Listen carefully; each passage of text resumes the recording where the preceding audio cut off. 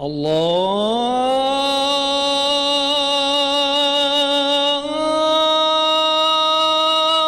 أكبر الله أكبر. Can verify that. But for us ourselves, we had that moment. And I actually think I remember the first time I remember remembering me. And as a kid, I was looking up at the sky, and I thought to myself, how blue it is, even though I didn't know what blue was, but just recognizing blue.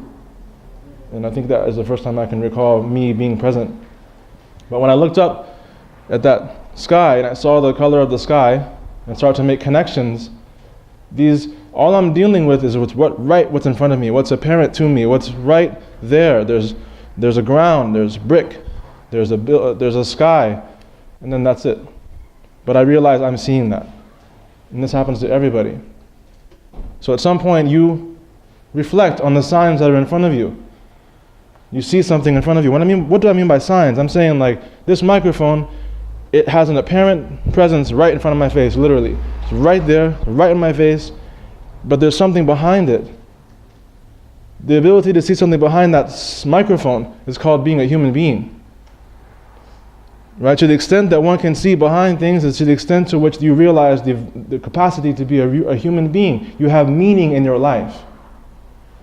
So animals, for example, we value animals because we understand that animals have meaning too. They see things and have a meaning. Oh, isn't that cute? Look how he rolls around. He wants food. We know what's going on. The sign of him moving around is that there's something happening inside. There's a reflection. We see ourselves in the animal even. We can relate. Oh, you're hungry. And people who are very creative, they can see that in plants. And I don't understand that part. But it's there. So you see yourself in other things, and you see other things as a sign of yourself. But at some point you had to see yourself as seeing anything at all. So all we know is about signs, and that's why we say Alhamdulillahi Rabbil Alameen. All praise is due to Allah, Lord of the signs.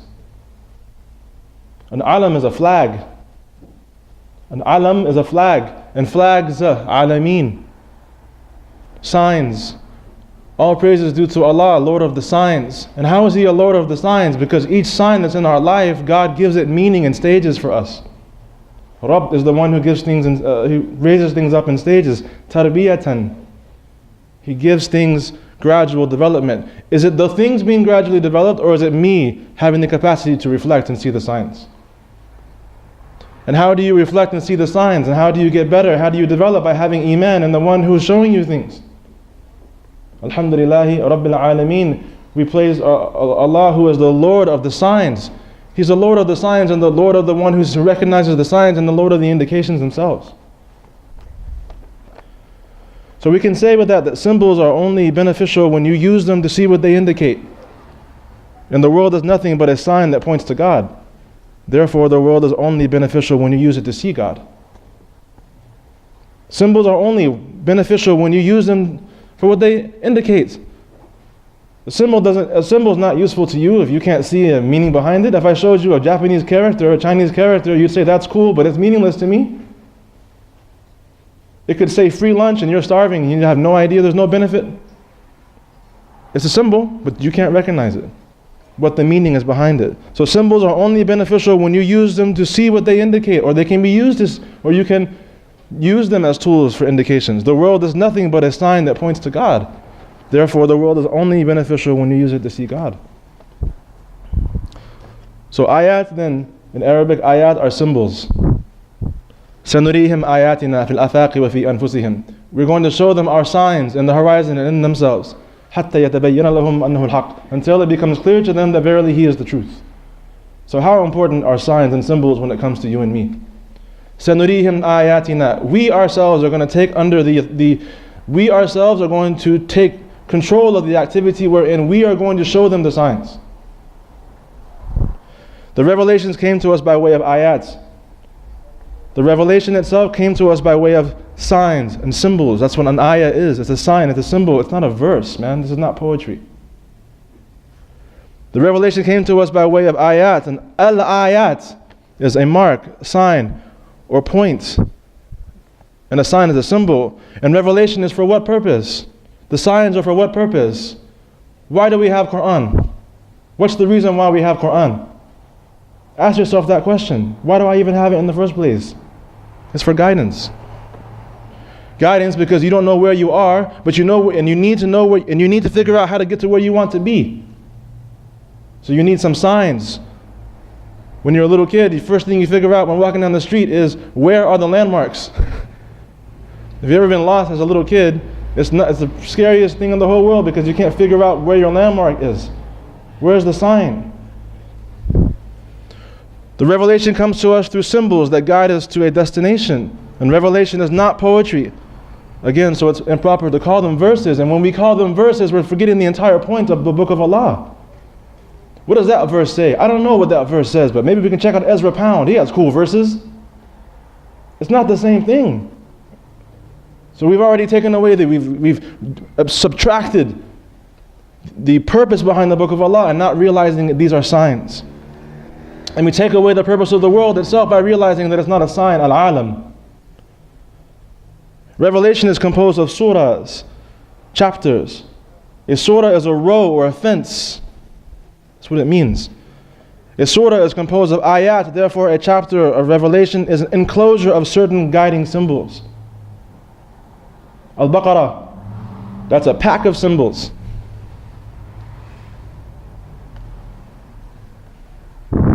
The job of a symbol is to indicate, as we've already said. An ishara, a symbol, and an indication is based on the same word which means to extract honey from a cavity in a honeycomb. The word ishara comes from a verb which means literally the task of taking out honey from the cavity inside of a honeycomb. That's what shara. An ishara is the activity of taking out honey from a honeycomb.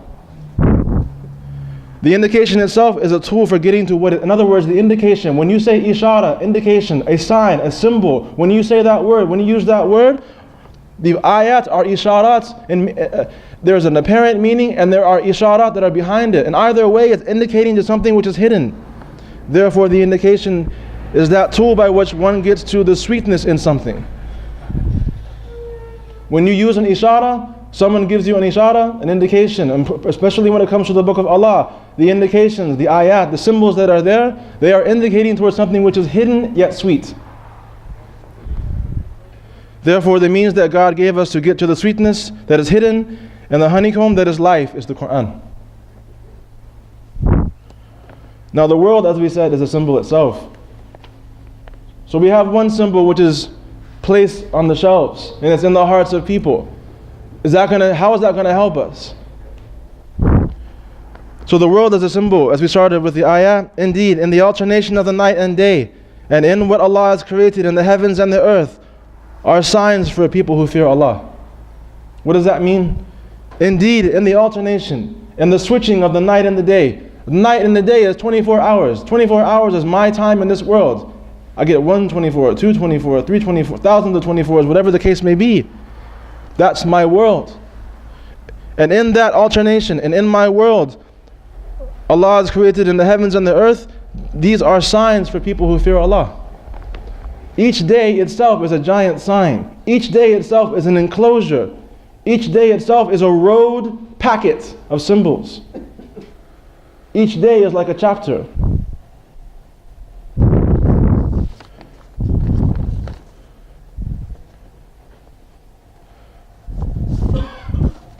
What this means is that in my life, when I'm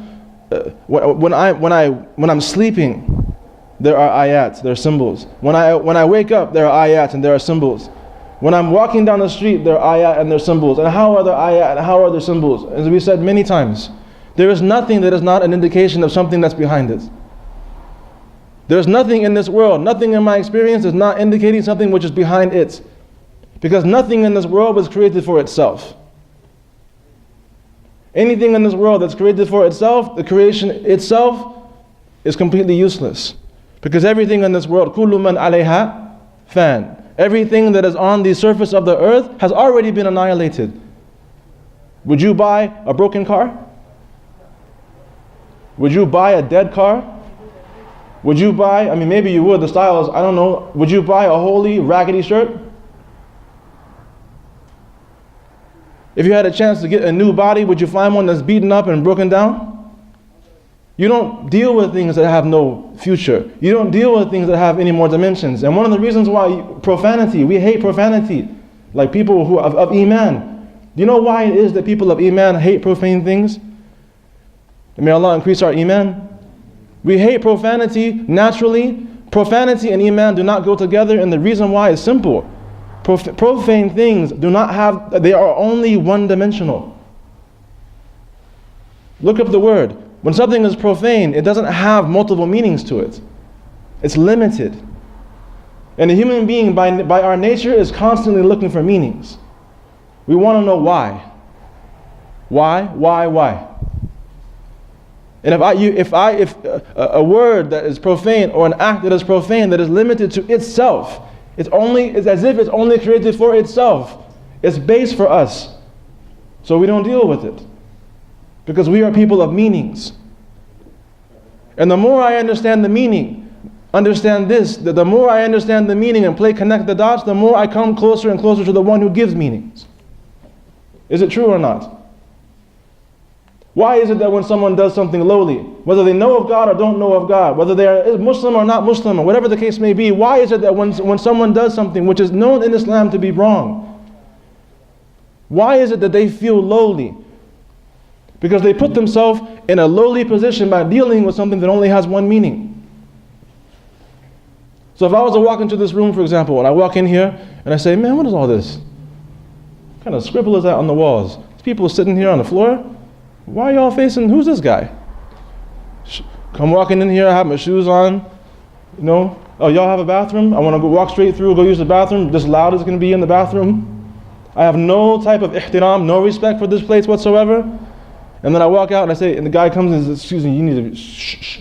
Yes, sir, shush. Oh, okay. And he makes an announcement. I want y'all to know you're all crazy sitting here in this room, listen to this guy, you all need to have some help. And he walks out of here. Because if you think about it, we look crazy. If you walk by and don't know what this is about, you're going to think like, what is going on? Because he can't see or she cannot see the meaning behind it. They're ignorant. May Allah give us knowledge. Knowledge is not simply a capacity to spit back facts. Knowledge and understanding is not simply the capacity to be able to recognize where things are supposed to go because someone else told you, but because you can see what's behind it. And a valuable individual is an individual that can see the meanings that are behind things. So don't you understand and don't you know that the reason why you and I are being dumbed down, especially in our educational systems and all these things, is because they don't want to create people that can see behind things. That's why Islam is so scary. Because we have ayats.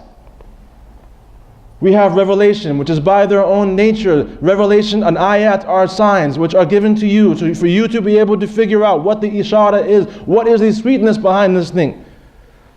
When you have some people trying to tell you that this world is the sweetness itself, don't worry about it, we've already taken the honey out of the honeycomb for you.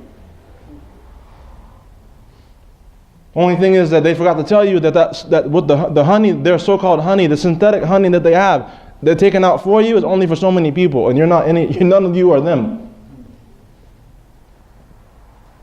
But alhamdulillah, Allah is not like that. Allah doesn't create a creation except that He gives it multiple meanings, and every one of those meanings returns to Him, subhanahu wa ta'ala. But Allah asks, have you not then contemplated the Quran? Have you not contemplated the Quran? And do you think that the Quran is simply that thing which is on the shelf? Or the Quran is that thing that you read when you're standing in the prayer, reciting in the prayer? Do you think that's Quran?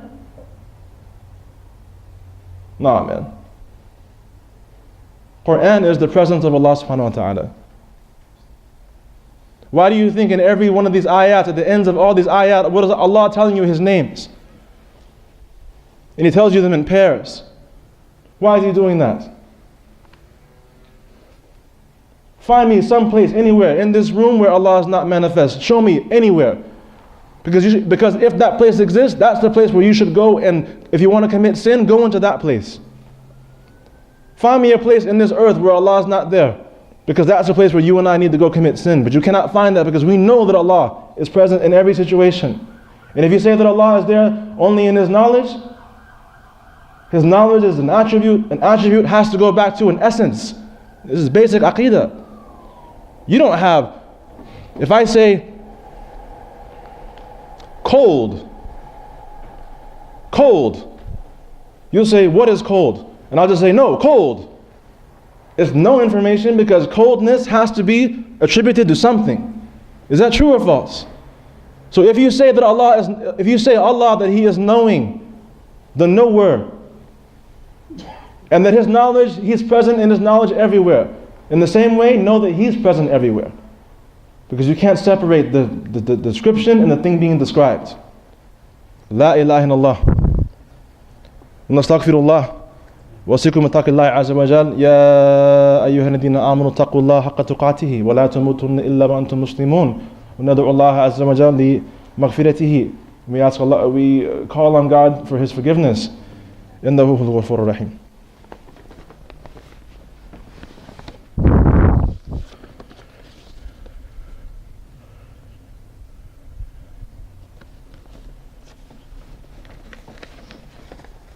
الحمد لله اللهم صل على سيدنا محمد فاتح لما غلق وخاتم لما سبق ناصر الحق بالحق والهادي إلى صراطك المستقيم وعلى آله حق قدره مقدار العظيم.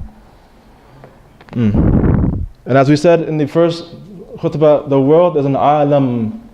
The world is an alam. You are put in this world to recognize something. I am put in this world to recognize something. I'm not put in this world to consume things. I'm not put in this world to take up space. I'm not put in this world to get houses. I'm not put in this world to have, thousands and thousands of kids. I'm put into this world to recognize something.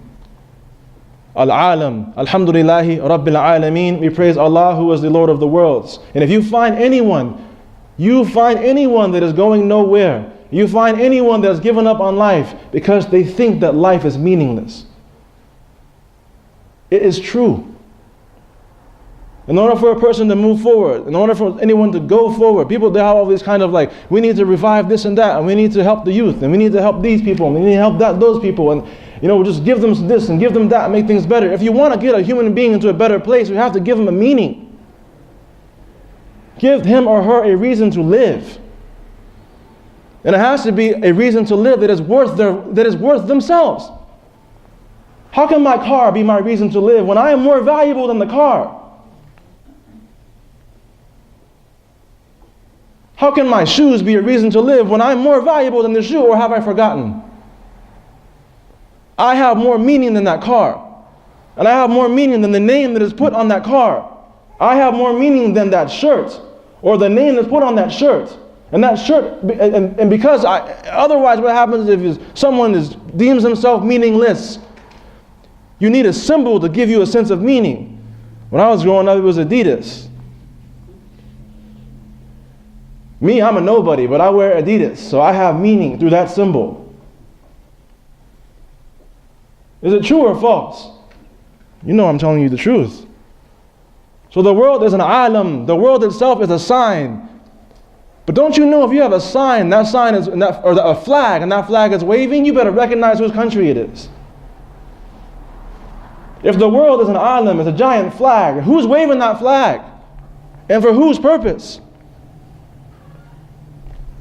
So the world is an alam, and the alam itself is a flag or indicator. It also comes from the same word for knowledge. Ilm. Alam. Ilm. The world is that indicator that we know, and it indicates what is to be known. So she asked me, what is the purpose behind these signs? And why do we have these, how do we get on with all this stuff happening? How do we read the signs? The answer is simple. The world is that indicator that we know. All we can know about Allah subhanahu wa ta'ala in this world is the world itself. And what we need to know about that is the thing that's being indicated. So if your life and if my life is aimed at anything else other than Allah, it is a meaningless life. Because anything lower than Allah doesn't provide any meaning. A symbol has to be given meaning. Is it true or false? A symbol has to be given meaning. If the world is a symbol, then the symbol has to be given meaning. Who's the one who's going to give it a meaning? You or me, or the one who made it? La ilaha illallah, the one who made it is going to give it that meaning. And if anyone else tries to come along and give the world some other kind of meaning, watch what happens to them. If anyone comes along and tries to give the creation of Allah another meaning, watch what happens to them. And if I myself start to believe in some other kind of meaning, then watch what happens to me. الَّذِينَ يُؤْمِنُونَ بِالْغَيْبِ, those who believe in the unseen. That's the believer. That's the one who says, La ilaha illallah Muhammadur Rasulullah. Don't put this microphone in front of me and tell me it's just a microphone. I say, no, this is not just a microphone. This is Allah Ta'ala showing me He's the one who makes the voice louder. Because the microphone can't do it. Is that true or false? So symbols are beneficial when they indicate. This is what we've said. One who denies the appearance of a sign is denied the sweetness it leads to. One who denies the appearance of a sign is also denied the sweetness that sign leads to. As we said in the beginning, an ishara comes from an Arabic word which indicates to remove the honey from the cavity inside the honeycomb. If you deny the tool, you can't have the sweet. So if you're a Muslim and you say, I'm Muslim, and mashallah, everyone's Muslim, alhamdulillah, and you feel like your life is meaningless, it's because you're not using the tool. And what's the greatest tool that I can, brother, I don't know Arabic, I don't know Quran. You are the biggest sign of God. Know yourself.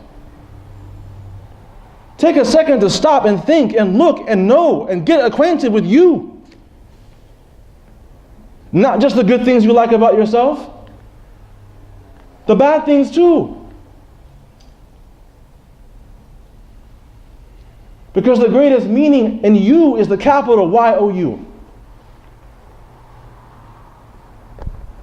So the world is a symbol, and a symbol is only beneficial when it indicates. It's only beneficial when it indicates, and I am only beneficial when I indicate. But if I don't even say Allah, I heard someone say recently, like, yeah, brother, I don't know, I'm not really like an Allah Muslim. Oh, I'm sorry, I didn't know there was other kinds of Muslims. So if I can't even get my tongue to say it, how is my state going to say it? And how will my heart say it? When the angel of death comes to us, there are 3 questions that will come. It's a pop quiz. When the angel of death comes to us, he'll ask 3 questions. Man Rabbuk? Who is your Lord? Ma Dinuk? What is your life transaction? Or you want to say religion? And I'll ask, what do you say about this individual? Talking about Rasulullah sallallahu alaihi wasallam. If I don't find meaning in those 3 things, I will not have the answer at that time. Now the thing is, you can't answer, oh yeah, Imam Abdul Latif, he already told me. So it doesn't work like that. If I'm living a meaningless life, when it comes time to give the meanings, I will not be able to give them because it's not in my heart. May Allah save us. So what I'm saying is that if you find yourself in trouble doing funny things, alhamdulillah, get some meaning. And if you think you're meaningful and you find yourself in trouble doing the meaningless things, get some more meaning. And how do you get the meaning, man? Look past what's right in front of you. Don't think of the condition that you're dealing with. One of the biggest barriers to spiritual growth is your own sin. You say astaghfirullah, Allah will forgive you. Move the heck on, man. Someone hurts you, does something wrong to you, that can become the biggest barrier to you. It's your fault. Move on. Because you'll not find any meanings in the situation if you hold on to it forever. Allah does what He wants to do, and He's not going to be asked about what He does. The world is a symbol and only beneficial when it indicates. The world itself is the tool to attain a hidden sweetness. But the question is, what is the world pointing to? What is the sweetness that it's pointing to? What is the sweetness that these ayat, these indications are pointing to? What is the ultimate sweetness? Forget about ultimate. Who creates meaning? Who creates sweetness? Who creates fulfillment? Who does these things? And who else can these signs be pointing to than the one who does those things? That's why if you look in Lisan al-Arab, you look in this Arabic dictionary, you see the word Ayatullah. In the 80s they say Ayatollah. Ayatullah, the signs of Allah. What does it mean? Ayatullah, ajaibihi. These are His wonders. Ayatullah literally means the wonders of God. What is that? His sign is His creation, therefore His creation is His wonder. Is there anything sweeter or more wondrous than the one who creates sweetness and wonder? So if you want to have more meaning in your life, get God in your life. You're not going to find meaning by having a better job. You're not going to find meaning by getting a better education. You're not going to find meaning by having that trophy wife or trophy husband. Because they're just signs. Symbols are only beneficial when you use them to see what they indicate. This world is nothing but a sign that points to God. Therefore, the world is only beneficial when you use it to see God.